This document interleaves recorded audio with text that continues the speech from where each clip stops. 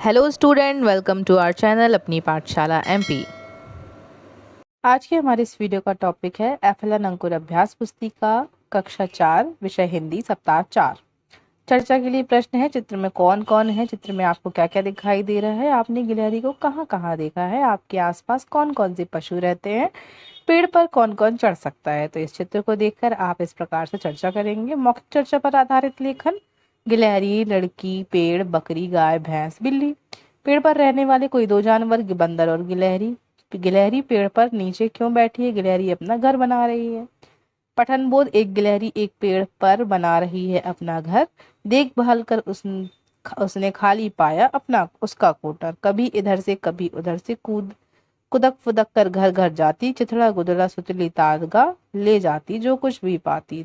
तो प्रश्न है, पेड़ पर अपना घर कौन बना रहा है? तो गिलहरी बना रही है अपना घर। फिर गिलहरी इधर उधर क्यों आ जा रही है? गिलहरी इधर उधर जाकर चिथड़ा गुदड़ा सुतली तागा इकट्ठा कर रही है अपना कोटर बनाने के लिए। निम्नलिखित शब्दों की समान ध्वनि वाले शब्द लिखिए: डर, घर, डर, कोटर, मोटर, खाली ताली, अपना सपना, कुदक कुदक, तागा कागा। धारा प्रवाह पठन एवं समझ: किसी पेड़ पर सुंदर नाम का बंदर रहता था। उस पेड़ पर कौक और भी बहुत से बंदर रहते थे। वे सभी हिल मिल कर रहते थे। वीरू नाम का हाथी उनका दोस्त था। कभी कभी वीरू उन्हें अपनी पीठ पर बैठाकर जंगल की सैर कराता। तब सुंदर और उसके साथियों को बड़ा मजा आता। तो पेड़ पर कौन रहते थे? बंदर, सुंदर नाम का बंदर और उसके साथी रहते थे। सुंदर के दोस्त का क्या नाम था? वीरू, जो कौन था? हाथी था। चित्र को देखकर 4 वाक्य लिखिए। यहाँ पर चित्र देखिए, शेर बना हुआ है, हरा भरा जंगल है। तो यह जंगल है, इस जंगल का राजा शेर है। जंगल हरा भरा है, यहाँ अनेक जानवर रहते हैं। आगे देखिए, दिवस 2 है हमारा। चित्र फिर से देखिए, यहाँ पर बहुत सारे जानवर हैं, हाथी, जिराफ, है ना, बंदर और भालू। चित्र में कौन कौन जानवर दिखाई दे रहा है अभी बताया हमने।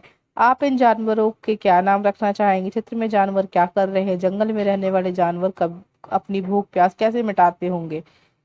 मौखिक चर्चा में आए शब्दों को बोर्ड से देखकर लिखिए: हाथी, भालू, खरगोश, पक्षी। अब देखिए, आपके घर के आसपास दिखने वाले जानवरों के नाम: गाय, भैंस, बकरी, कुत्ता, बिल्ली, घोड़ा। गप्पी किराना स्टोर, ये देखिए एक पोस्टर बना हुआ है। नोट: हमारे यहाँ सभी सामान उचित दामों में मिलता है। अरहर दाल 99 किलोग्राम, शरबती गेहूं 25 किलोग्राम, बासमती चावल 60 किलोग्राम, सरसों का तेल 100 किलोग्राम। अब यहाँ पे होर्डिंग के अनुसार प्रश्नों के उत्तर देना है। किराना स्टोर का क्या नाम है? गप्पी किराना स्टोर। किराने की दुकान में क्या क्या सामग्री बेची जा रही है? तो दाल, शरबती गेहूं, बासमती चावल और सरसों का तेल। गप्पी किराना स्टोर में बासमती चावल का क्या भाव है? तो 60 रुपए किलोग्राम। आगे देखिए, यहाँ पर है दिए गए मुहावरों का प्रयोग करते हुए वाक्य बनाना है आपको। तो चारों खाने चित्त करना, लड़ाई में मोहन चारों खाने चित्त हो गया। मजा चखाना, चोर को पकड़कर पुलिस ने खूब मजा चखाया। अनुनासिकता वर्तनी वाले शब्दों को छाट कर लिखिए। तो आँख, गांव, दांत, आंगन, माँ, वहां, बाघ, मुंह, हंस और बूंद।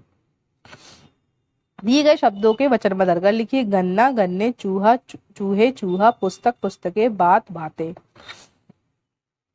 आगे देखिए, मदन अपनी माँ की आंखों का तारा था। मदन के पिता बहुत समय पहले भगवान को प्यारे हो गए थे। अब मदन की माँ अपनी बुढ़ापे की लाठी था। एक दिन वह साला से लौट कर आ रहा था, तब उसे एक सांप दिखाई दिया। सांप को देखकर उसका पसीना छूट गया। मदन ने अपने आप को संभाला और पीछे हट गया। कुछ देर बाद सांप वहां चला गया। मदन ने चैन की सांस ली और घर आ गया। उसकी माँ घर पर उसकी राह देख रही थी। मदन ने चैन की सांस कब ली? जब वह सांप भाग गया। मदन के पिता भगवान को प्यारे हो गए। वाक्य का आशय क्या है? मदन के पिता स्वर्ग सिधार गए, अर्थात उनकी मृत्यु हो चुकी थी। मदन की माँ उसकी प्रतीक्षा कर रही थी। इस बात को बताने के लिए किस मुहावरे का प्रयोग किया गया? मदन की माँ उसकी राह देख रही थी। ये उसकी राह देख रही थी। अब स्वतंत्र लेखन, इस कहानी को पूर्ण कीजिए। प्रकाश और दिनेश अच्छे दोस्त थे। एक बार दोनों स्कूल जा रहे थे। रास्ते में एक चिड़िया का बच्चा मिला। वह उड़ नहीं पा रहा था। प्रकाश ने दिनेश से कहा, इसे चोट लगी है, चलो इसकी मरहम पट्टी करते हैं। दोनों ने मिलकर चिड़िया की मरहम पट्टी की और उसे पानी पिलाया। कुछ समय बाद चिड़िया ठीक हो गई और फिर दोनों ने मिलकर उसे उड़ा दिया। अब भोपाल के नन्हे खिलाड़ी दीघ ने जीत जीता इंटर स्कूल शतरंज खिताब। अब यहाँ पर क्या है ये देखिए, इसको हम पढ़ेंगे और इसके प्रश्न के उत्तर है। दीर्घ श्रीवास्तव ने किस खेल प्रतियोगिता का खिताब जीता? तो शतरंज प्रतियोगिता का। अब देखिए दिवस 3 में चर्चा के बिंदु क्या है? हमारे चित्र को देखकर चित्र में आपको क्या दिखाई दे रहा है? चित्र में देखकर आपको क्या याद आ रहा है? चित्र किस समय का है? आपके स्कूल जाने का रास्ता कौन सा है? तो देखिए ये स्कूल है, बच्चे स्कूल जा रहे हैं। यहाँ पर देखिए मौखिक चर्चा में आए प्रश्न को बोर्ड से देखकर लिखना। स्कूल, सड़क, बच्चे और पेड़। आपके घर से स्कूल जाने वाला रास्ता कैसा है? तो रास्ता पक्का है, या फिर आप कह सकते हैं जिसके स्कूल में पक्का रास्ता है तो कच्चा रास्ता, मिट्टी वाला रास्ता बोल सकते हैं। आगे देखिए साहसी वल्लभ एक हमारी कहानी है, इसको पढ़ते हैं। बात पुरानी है। गुजरात के एक गांव में वल्लभ नाम का एक बालक रहता था। उसके गांव से एक पाठशाला थी। पाठशाला जाने का रास्ता ऊबड़ खाबड़ था। एक दिन वल्लभ पाठशाला जा रहा था, उसके पैर पर नुकीला पत्थर लग गया। पैर से खून बहने लगा। वल्लभ ने चोट की परवाह नहीं की, वह नुकीले पत्थर को रास्ते से निकालने लगा। उसकी बहुत कोशिश के बाद पत्थर नहीं निकला, पर उसने हार नहीं मानी। वल्लभ ने साथ ही उसे छोड़कर स्कूल चले गए। अंत में वल्लभ की जीत हुई, पत्थर निकल गया। उसने पत्थर की जगह को मिट्टी से भर दिया। वह विद्यालय देर से पहुंचा। गुरुजी ने देरी का कारण पूछा। गुरुजी कारण सुनकर बहुत खुश हुए। उन्होंने वल्लभ के पैर पर मरहम पट्टी की और बोले, बेटा सब लोग रुकावट से बचने का रास्ता ढूंढे, परंतु तुमने रुकावट वाले पत्थर को ही निकाल दिया। अब उस रास्ते पर चलने वाले सबको आसानी होगी। वल्लभ और कोई नहीं, सरदार वल्लभ भाई पटेल थे। उन्होंने सब उन्हें सब लौह पुरुष के नाम से भी जानते थे। तो वल्लभ सरदार पटेल किस राज्य में थे? यहाँ पर देखिए गुजरात लिखा हुआ है। लौह पुरुष किसे कहा जाता था? सरदार वल्लभ भाई पटेल को। वल्लभ की चोट लगने के बाद क्या किया? वल्लभ ने चोट लगने की परवाह नहीं की, वह नुकीले पत्थर को रास्ते से निकालने लगा। निम्न के शब्दों से आरंभ होने वाले एक वाक्य बताइए। बालक पढ़ रहा है तो पाठशाला, मैं पाठशाला जाता हूँ। गुरुजी हमें पढ़ा रहे हैं। पत्थर, वल्लभ पत्थर निकालने लगा। अब देखिए रेफ और रकार चिन्ह वाले दो दो शब्दों को लिखिए। तो रेफ है, ऊपर जो रकार लगती है तो कर्म नर्म, और नीचे है रकार तो प्रकाश और क्रमांक। अब देखिए पढ़ना है हमें। एक बहुत घना जंगल था, उसमें बहुत से जानवर रहते थे। सभी जानवरों का राजा शेर था। सभी जानवर जंगल में रहकर खुश थे, परंतु खुशी ज्यादा दिन तक नहीं रही। जंगल सूखने लगा, वहां वर्षा कम हुई, पीने के पानी की परेशानी होने लगी। तभी जंगल के राजा ने एक सभा बुलाई। सभा में जानवर आए। सभा में खरगोश ने बताया कि पास ही एक नदी है, जब तक वर्षा नहीं होती तब तक हम उस नदी के किनारे रह सकते हैं। प्रश्न क्या है? जंगल के जानवरों को परेशानी क्यों होने लगी? क्योंकि जंगल सूखने लगा, वर्षा नहीं हुई थी। लिखित प्रश्न। खरगोश ने परेशानी दूर करने के लिए क्या उपाय सुझाया? खरगोश ने बताया कि पास ही एक नदी है, जब वर्षा नहीं होती है तब तक हम उस नदी के किनारे रह सकते हैं। आगे देखिए वर्ग पहेली में 5 जीव जंतुओं के नाम खोजकर लिखिए। तो ये देखिए छिपकली, हाथी, हिरन, खरगोश और मोर। यहाँ पर देख लीजिए, ये है देखिए खरगोश, तोता, हिरन, मोर और हाथी। आगे देखिए दिवस 4 है मौखिक भाषा विकास। तितली रानी, रंग बिरंगे पंख तुम्हारे सबके मन को भाते हैं। कलियां देखकर तुम्हें खुश होती, फूल देख मुस्काते हैं। रंग बिरंगे पंख तुम्हारे सबका मन ललचाते हैं। तितली रानी कहकर सभी बुलाते हैं। हमें रंगीन चीजें क्यों अच्छी लगती हैं? क्या आपने तितलियां को देखा है? तितलियां फूलों पर क्यों मंडराती हैं? कलियां किसे कहते हैं? आप इन पर चर्चा करेंगे। मौखिक चर्चा में आए शब्दों को बोर्ड से देखकर लिखिए। रंगीन तितली रस। फूल और कलियां किसे देखकर खुश हो रही है? तो तितलियों को देखकर खुश हो रही हैं। आगे देखिए नन्ही तितली एक और कहानी। सभी बच्चे बगीचे में अपने मम्मी पापा दादा दादी के साथ खेल रहे थे। कुछ बच्चे लुका छुपी तो कुछ बैट गेंद से खेल रहे थे, पर विराज की नजर एक सुंदर नन्ही तितली पर थी। आखिर विराज ने उसे पकड़ लिया। वह बोला, मम्मी देखो मैंने तितली पकड़ी। तब मम्मी ने कहा, बेटा यह कोई खिलौना नहीं है, इसमें जान होती है। अगर तुम्हें कोई पकड़ ले तो कैसा लगेगा? विराज को सारी बात समझ आ गई। उसने तितली को छोड़ दिया। अब तितली और विराज दोनों खुश थे। मौखिक प्रश्न है, बच्चे बगीचे में किसके साथ खेल रहे थे? माता पिता और दादा दादी। नन्ही सी तितली पर किसकी नजर थी? विराज की। विराज की माँ ने तितली को पकड़ने से क्यों रोका? किसी भी जीव को पकड़ना अच्छी बात नहीं, इसलिए विराज की माँ ने तितली पकड़ने से मना किया। नीचे दिए गए वाक्यों में रेखांकित शब्द के कोष्ठक में दिए गए विलोम शब्द लिखना है हमें। यहाँ पर देखिए, गुलाब के पौधों में फूलों फूलों के साथ साथ कांटे भी होते हैं। रोटी बेलने का चकला चिकना, पर मसाला पीसने वाला पत्थर खुरदुरा होता है। हमें अलग अलग नहीं बल्कि साथ साथ मिलकर काम करना चाहिए। निम्नलिखित मुहावरों और उनके अर्थों की जोड़ी बनाइए। तो धूल चाटना होता है हार जाना। सेखी भ सेकी भगारना क्या होता है? अभिमान करना। नीचा दिखाना अपमानित करना। अब और देखिए, एक हीरागढ़ गांव में दो मित्र रहते थे। दोनों खूब मेहनत करते थे, अपना परिवार पालते थे। एक बार गांव में बाढ़ आ गई। दोनों मित्र अपनी परवाह किए बिना लोगों की जान बचाने जुट गए। जिन्हें तैरना नहीं आता था, ऐसे बहुत सारे लोग थे, पानी में डूब रहे थे। दोनों ने रस्सी की मदद से कई लोगों की जान बचाई। दोनों मित्र किस गांव में रहते थे? तो हीरागढ़ गांव में। दोनों ने गांव में कौन सी विपत्ति आ पड़ी? तो बाढ़ आ गई थी। दोनों मित्रों ने पानी में डूब रहे लोगों को कैसे बचाया? तो मित्रों ने रस्सी की मदद से। अब स्वतंत्र लेखन क्या है अपना? पुस्तकालय से अपनी पसंद की पुस्तक को लेकर पढ़िए। तो पुस्तक का नाम क्या है?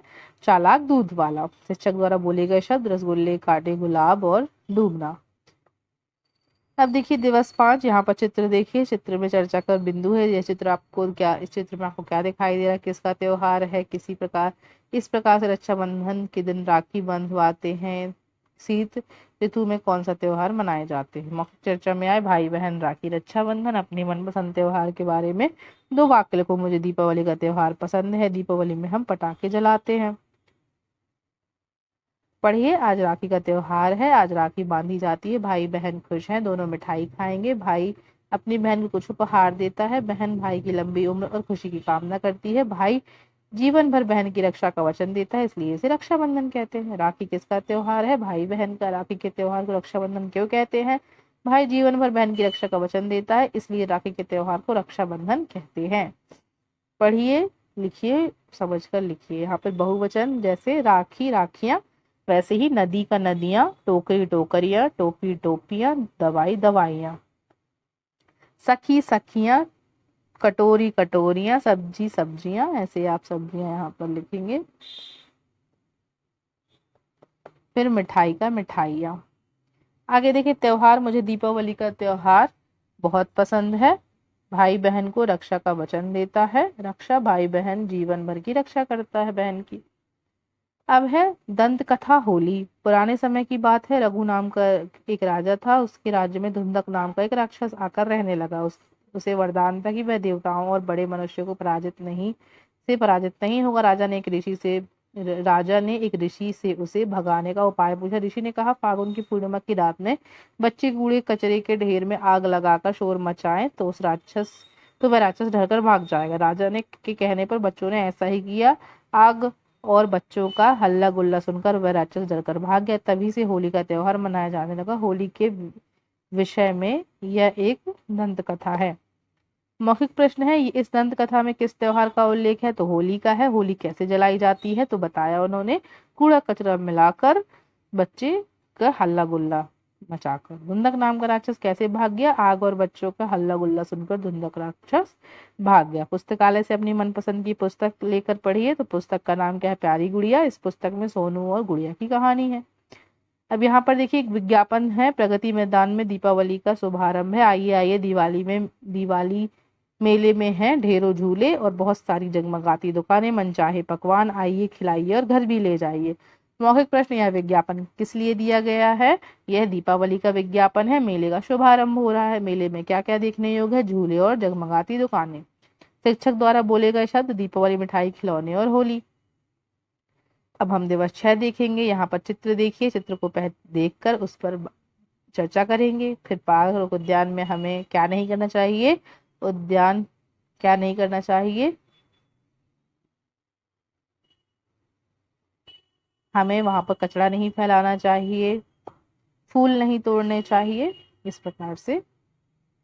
अब देखिए, पठन बोध है। पढ़िए, एक बार बहुत से कबूतर भोजन की तलाश में आकाश में उड़ रहे थे। उन्हें जंगल में चावल के दाने दिखाई दिए। कबूतर उन्हें खाने के लिए जमीन पर उतरने लगे। एक समझदार कबूतर ने उन्हें रोका, उनसे कहा, इस जंगल में चावल कहाँ से आए, जरूर कोई धोखा है। पर कबूतर नहीं माने। वहां किसी बहेलिया ने जाल बिछाया था, तब सब कबूतर जाल में फंस गए। उस समझदार कबूतर ने कहा, हम सब एक साथ जोर लगाए उड़े। सबने ऐसा ही किया, जाल उखड़ गया। समझदार कबूतर अपने चूहे मित्र के पास ले गया। चूहे ने जाल काट दिया। तब सबने समझदार कबूतर चूहे को धन्यवाद दिया। यदि कबूतर एक साथ नहीं उड़ते तो क्या होता, सब वहीं फंसे रह जाते जाल में। अब देखिए, कबूतर जाल को कटवाने चूहे के अलावा और किसके पास जा सकते थे, तो गिलहरी या छछूंदर के पास भी जा सकते थे। निम्नलिखित वाक्यांशों से एक शब्द लिखिए। बगीचे की देखभाल करने वाला माली, पक्षियों को पकड़ने वाला शिकारी, नाव चलाने वाला नाविक और गीत गाने वाला गायक। समझदार, रामू बहुत समझदार है। धन्यवाद, सबने कबूतर और चूहे को धन्यवाद किया। अब देखिए, पढ़िए, स्वयं पढ़िए। यहाँ पर देखिए, पढ़कर इसको प्रश्न बताना है। सुयस कैसा लड़का था, तो सुयस अपनी माँ की आंखों का तारा था। तो लिखिए, निम्नलिखित प्रश्नों में क्या करना है। यहाँ पे आंखों का तारा का अर्थ क्या होगा, बहुत प्यारा होना। अब यहाँ पर स्वतंत्र लेखन है। अपने अपने घर पर चाय बनते देखी होगी। चाय कैसे बनती है, लिखिए। पहले चूल्हे पर पतीला रखते हैं, उसमें पानी डालते हैं। पानी गर्म होते ही चाय पत्ती और शक्कर डालते हैं, फिर अदरक डालते हैं, थोड़ी देर पकने देते हैं और चाय तैयार हो जाती है।